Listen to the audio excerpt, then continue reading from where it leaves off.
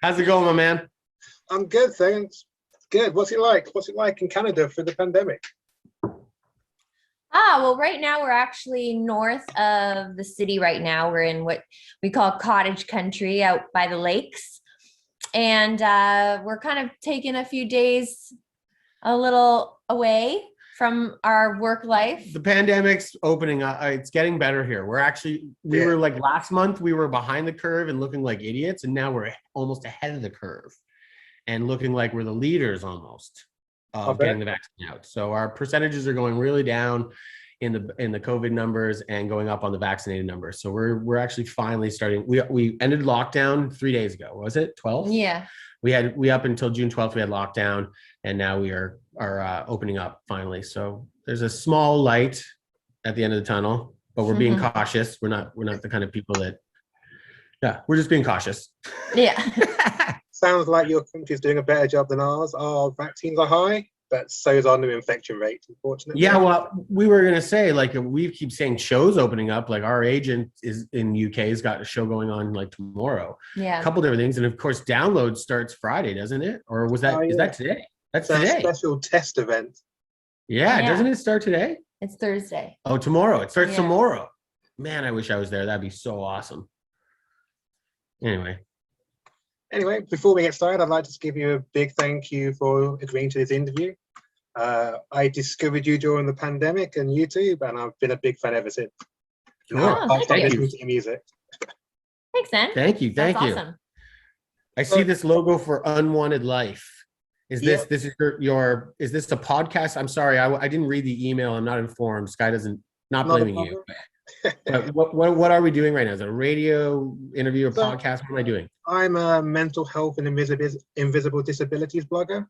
And so I chose Unwanted Life because that's how I felt growing up. And I thought I'd go with it. Interesting. All right. That's fair. Yeah. Very interesting. Cool. And sorry, please, what's your name again? Matt and Skye. Perfect. We're all on track now.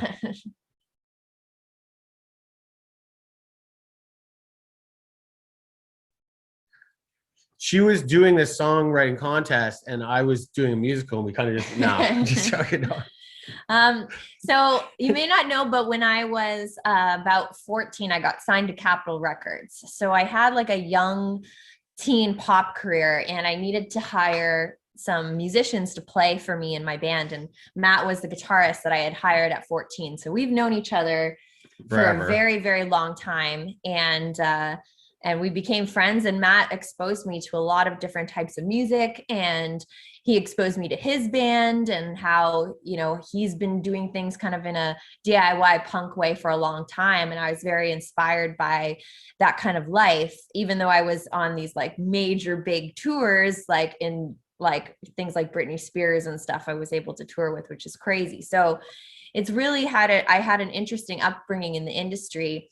And then to make a long story short, when I was about 19 or 20, things kind of all shifted. There was contracts being renegotiated. There was lawsuits. There was just like a lot lot of in the industry. The label kind of fell apart. There was different people Skye that got owed fired. The label millions. So it was like, that's what major labels. I never had that type of money, but when you get on a contract, it's all recoupable and all this stuff. So her CD is still paying them back until she dies, probably. Yeah.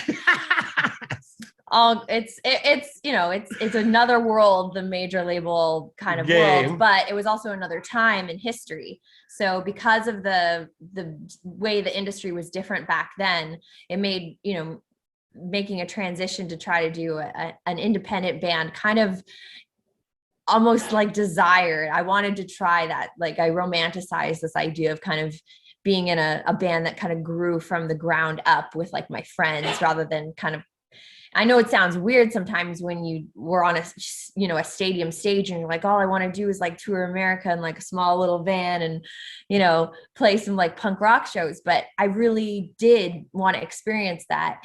And to me, growing something from the ground up has been the most rewarding experience. And it's been so exciting to learn every single aspect of what we've had to do to make a band work, whether that's like we've talked about video directing or marketing or social media. I've really enjoyed the entire experiment of Sumo Cyco in lots of ways, not just making the music. And the kind of cool ideas of like, hey, do you want to go out to this competition? You end up winning the competition. The adventure takes you to Ireland, that takes you to UK. And it's just like this crazy, like, rabbit hole of experiences that you just open yourself up to. And we've had a lot of fun throughout the years. I think I just got off into tangents. I don't remember what the question was. I think it was how we started Sumo Cyco. Oh. So but so I was about 19 or 20. Oh, the label stuff for me wasn't working out the way it had. And then I approached Matt and I said, you know, let's see each other, reconnect after all these years. And he played me a record or two from a band called Skin Dread. Oh, I love Skin Dread. Yeah, and he paid me played me their Babylon record, and I said in my head, I want to do something like this. It's like you can dance, you can headbang at the same time, and it really inspired me to start something new with Matt, where I could be a little bit more experimental and just kind of reinvent myself and do it with someone who I thought was epically talented and needed to be seen out in the world and needed to have his ideas, you know, across the countries playing music, because I just think he's super talented. So Thanks. Yeah, so I just thought I'll do this partnership, and then who knew it was only a few years later until we were able to do a song with Benji for our second record. So, you know, those types of goals, setting them out and then really doing everything to try to like find your way and find what really inspires you and excites you was so much fun. And like I said, that journey kind of came full circle, and you'll find things like that. Yeah, I think it was one of those like Skye's early ups and downs, my early ups and downs. We just decided to put something together that wouldn't have as many downs. And so we like tried to navigate and steer away from all the problems that you can run into or we've done before. And that's why the band actually flew under a radar and did pretty good for the past 10 years. We've had stable. We've done over 22 international tours without even having a label before we even met Napalm. So like we, you know, it was all the things we learned and made mistakes before. And when we're going to make this band the way we want to do it and exactly how we want to do it. And we've been flying ever since. Yeah. And you don't realize like how much when you are on a major label like I was, you realize that money was spent in places that really weren't as important. And excuse me, I gotta sneeze.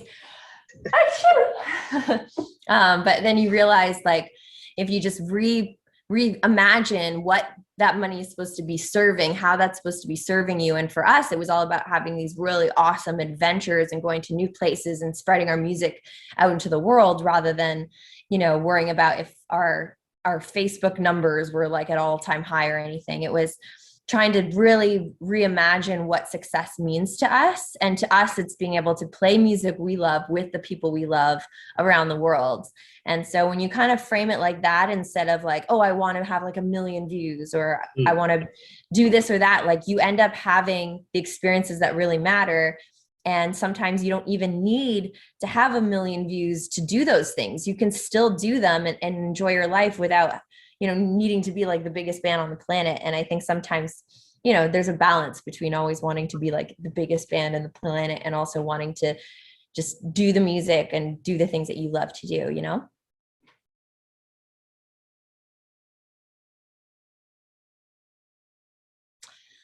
Well, I think a lot of things factor in. For me, a lot of the lyrics come from a place of whatever is happening at the time in my world. So it could be as big as like a movie I just watched about like climate change, or it could be like a cool podcast that had me thinking about new ideas, or it could be like I'm really inspired by certain imagery that I see in like art and I really want to describe the mood that, you know, piece of art gave me. Those can be like the little seeds of information.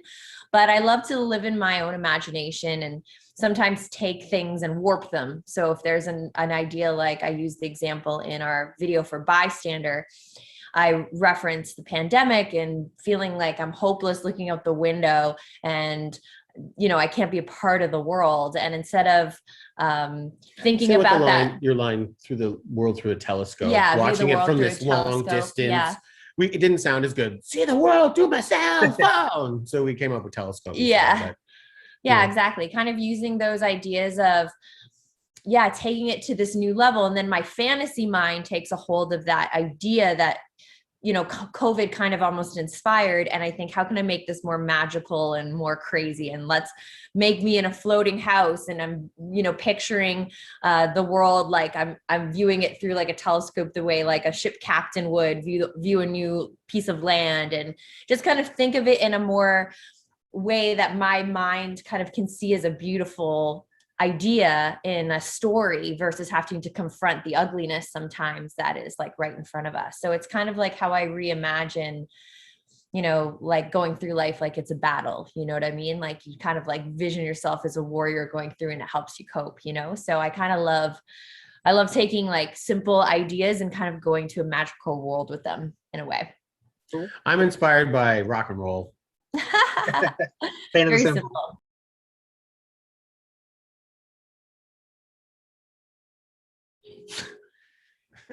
I sometimes describe ourselves as like getting your head ripped off by a cheerleader. I think that, to me, the way that we approach things is very camp and fun and lighthearted, and we want people to party and have a good time. But we also have this like, serious artistic underneath, where we really, really do care about the music and the lyrics, and we really put so much thought and time into all the details with our band that we take to heart. And so I think if you can combine, this is how you would describe somebody. If they said to you, tell the band. It's not an elevator pitch, that's like, for sure. You are definitely not. I call it whatever core. We play whatever we want. Short and sweet. Definitely not an elevator pitch. We just love so much music. We stick it all together, and if you like it, you like it. If you don't, see ya. That's how it is. That's the best way, right? Especially when they be properly creative. Yeah, man. Mm-hmm.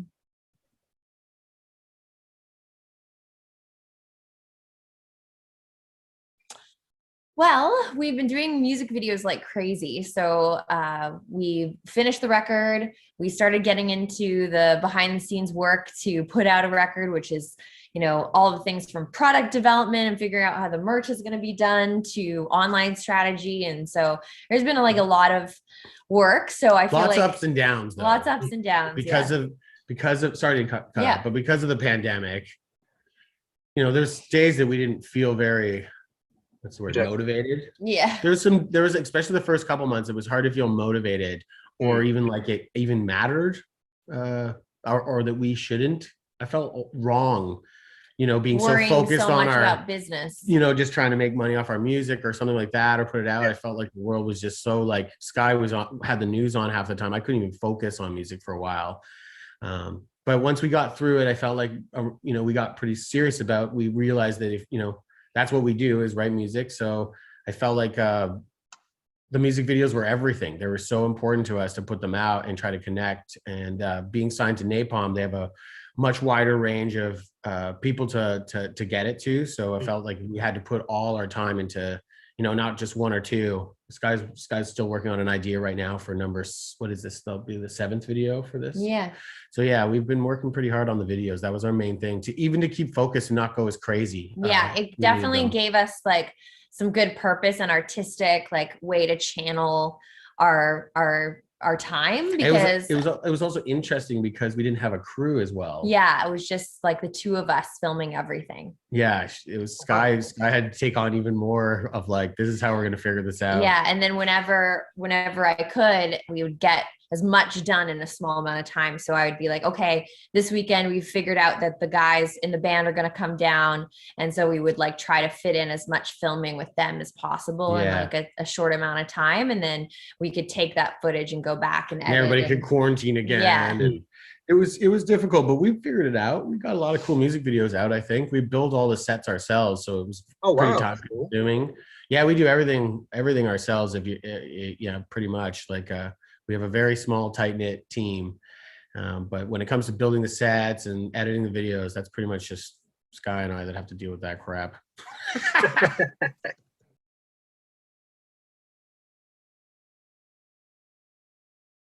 Well, I wouldn't say new. We've been doing Yeah. it. If I don't know if because you've just gotten used to us in the pandemic, if you went back into our history, we have 2 more records before initiation and about 23 videos or 20 or 18 videos beforehand.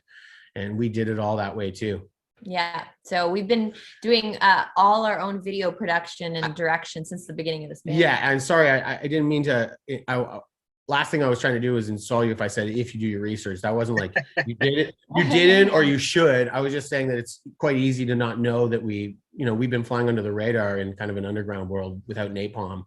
And so a lot of people don't even know that we've been doing this for quite a amount of years and making these kind of culty horror comedy videos, whatever you want to call them. That was our big idea back in the day, was like we love these culty B, we call them like D horror movie style stuff. And that was our idea, was like, let's take some of those ideas and make them wacky videos. And Skye was like, well, I'm just going to invest and buy some camera stuff and let's do this ourselves. And we just learned as we go. I think the videos you can see the early ones like look a little more raw and they just keep getting, they're not here yet. They're right there. They're still great videos though. I've watched a lot of your music videos over the last 18 months or so. And yeah, they do get progressively more professional, I guess is the word I'll be looking for, but they're all really entertaining. As long as the songs are also entertaining. As long as the song is there. Yeah. No video works without the song, that's for sure. You can still listen to a great song without a video. The video without the music, it's might as well turn it off.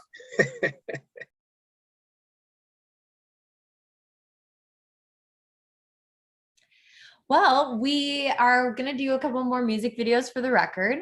And I've got a new merch launch coming around the corner from our online store. So that's exciting. And behind the scenes, we're still trying to figure out how we're going to get out and tour and do all this stuff eventually. It's kind of like one of these moments where you just kind of have to wait and see, like usual.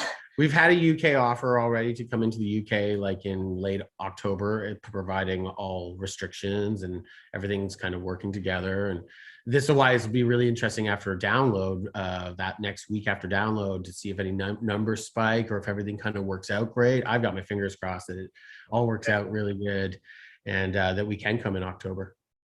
It looks like all the adult population should be vaccinated by October anyway, which would coincide with my birthday, should you come to tour. There we go. Sick, yeah. Give you something to come and party with us then. Yeah. Well, you'll have to come to London if you do though. Oh, we'll be in London. Oh, yeah. You can't not play the UK and not play London, right? That's like Definitely. necessary. I think we already know the venue too. I'm not going to say anything. I never say anything until it's all confirmed. Knock on wood. Knock on wood. Mhm. Understandable. You don't want to jinx it. No, exactly. Yeah.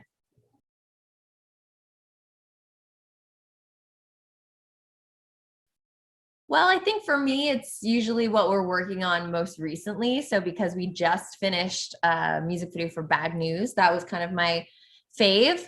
But now we're moving on to a new music video for the song called This Dance is Doomed. That's the one we're doing? You're definitely sure that one? Okay, cool. And so I'm really into that track right now. I just found that out, an exclusive. We've been going back and forth. There's like 3 videos we've been talking about. So I just found out that's the first one. Yeah, for sure. It might not. For sure? It might be the first one we filmed, maybe not the first one. Okay. Yeah, that's how Skye plays with me all the time like this. Okay. Mine's Cyclone. I like that song on the record. To me, that's my favorite one to want to play live and really want to take that live really bad. And Bystander. I really love the song Bystander. Bystander's a great tune. Yeah. Oh, and Run with Giants. Rhyme with Giants. I love that one too on the record. He's just gonna go through the whole record. Oh, I forgot about this one. I have to say, I've been waking up recently with Bystander in my head for some reason. So I keep getting the chorus when I wake up. Because I've been listening to for some reason, honestly, you think it's for some reason? Listen to that chorus. That way she sings that, ooh, no, you cannot wake up without it. It's like, It really gets in there. It just sticks. Yeah, when you find a really good earworm, that's what it's about. And I'm really happy with the progress the song's getting online and the reception it's getting. It's been a pretty good progress, and yeah, like good plays on places. It's got more than what I expected. I was really happy with that.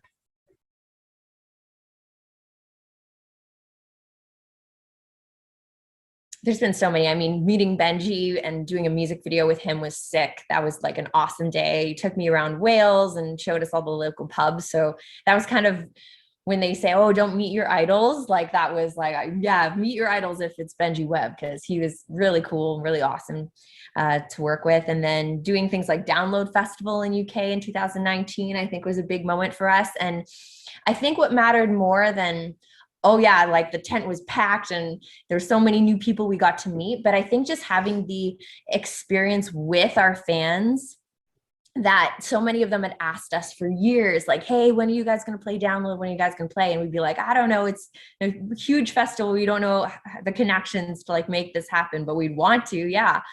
Then to see it all happen, because they've been begging us for years, and them all at the front of that stage, like really cheering us on. And then we had this acoustic performance too, where we all got to like sing in like a smaller kind of tent where you could hear everyone's voices singing along to the lyrics. And those moments were, I think, were like super special to us, to kind of see the journey of how far we had come. And it means so much more when you experience it with a group of people that are also supportive and like a family. And so moments like that are awesome. We met a band called Devil Skin out of New Zealand, and they invited us to visit their beautiful country and open up for them. And they, were so gracious. They let us into their homes. They hooked us up with friends who would feed us in between shows. I mean, just went above and beyond to make us feel like we had the best experience. Touring New Zealand was one of our highlights ever. That was pretty wild. That's for sure. Yeah.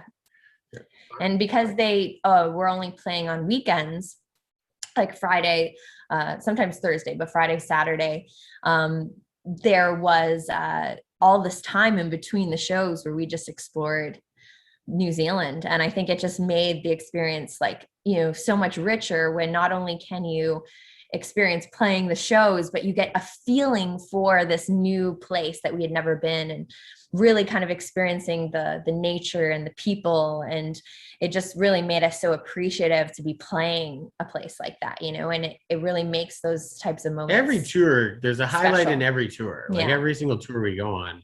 Even there's been rough ones too. Like, our bus blew up one tour, but there's still highlights in the tour. There's always moments. We went out with Ginger, like, 2 years ago, for two full months. And they were, they're a Ukraine Russian band, and it's like they drew so many different kind of people to their shows, and we met so many new people through that. And I thought it was a great experience getting to know them culturally. I'd have beers with them and they would tell me all about how they live their lives over there. It's a lot different in Kiev and areas like that than what we have here. And that was really interesting too. Yeah. Like spending time with those them, they're just it was a real educational tour too. Like I really liked that. Yeah. The connections that you make with other musicians are really cool too. And good times, because you all have lived shared experiences, even though you don't know each other. So sometimes it's really like the only other people that truly get the type of lifestyle that you lead, because they lead it as well. So it's cool. You keep in regular contact with the bands you've toured with or done singles with at all? Yeah. 100%. Yeah. I was just messaging with Nonpoint recently, and they're working with one of our close friends, Francesca, who does a lot of the art for us. So there's lots of connections you make. I mean, Butcher Babies, we've toured with twice, so we've become great friends with them. Yeah, we talk with them. Benji, we talk with a lot. Yeah. Benji's always messaged her. Roman, I talk with online a lot from Ginger. He's a great guitar player, good guy. Same with Eugene. They're all good people too. Yeah. Whenever we see each other, like whenever we're in the same city as one of the bands we've toured with, we always that's when it really happens. It's like you kind of get to know each other's lives. You message a bit, but all musicians are the same. It's it's short little messages, but when you get into each otherher's towns, that's when you kind of get to see each other properly. You usually come out to each other's shows and spend some time at the end of the evening. Shit get real. Yeah. We spend, we when we come out to England, like one of the first guys we ran into, we never played with, but we met through Butcher Babies as well, was Richard Shaw, who plays with Cradle of Filth out there. And that guy has just like, he and I've been messaging ever since for like a couple years. He comes out to the shows all the time and I hang out with him. And I think it's crazy that it's like this black metal like guy that does this shredding comes out and sees us, and just loves watching us. I'm like, man, it's just an intriguing world. Yeah. It's certainly interesting to know that black metal Yeah. guitarist, has an eclectic taste in music as well. He's an incredible Yeah. guitar player. If you watch him online, he's a really nice guy too. Super nice guy.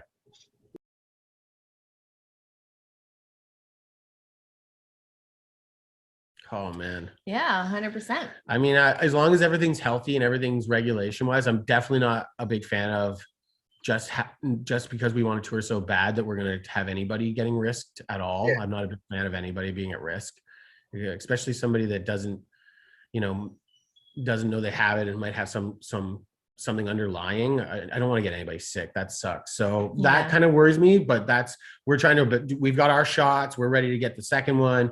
And we definitely feel like as long as everybody is on board and, the venues and our agents and our managers says they've got everything in regulation, I know I'm dying to get on stage. I can't wait to get on stage. Well said. Yeah, exactly. As long as we're safe, we're ready to do it. We're anxious as I think our fans are, because it's something that's really important to us is feeling good when we get off a stage. Like that's the ultimate for me, like adrenaline rush. And if you're in London, you can't, if you're in London, you're going to have a blast with us because you've never seen us live yet.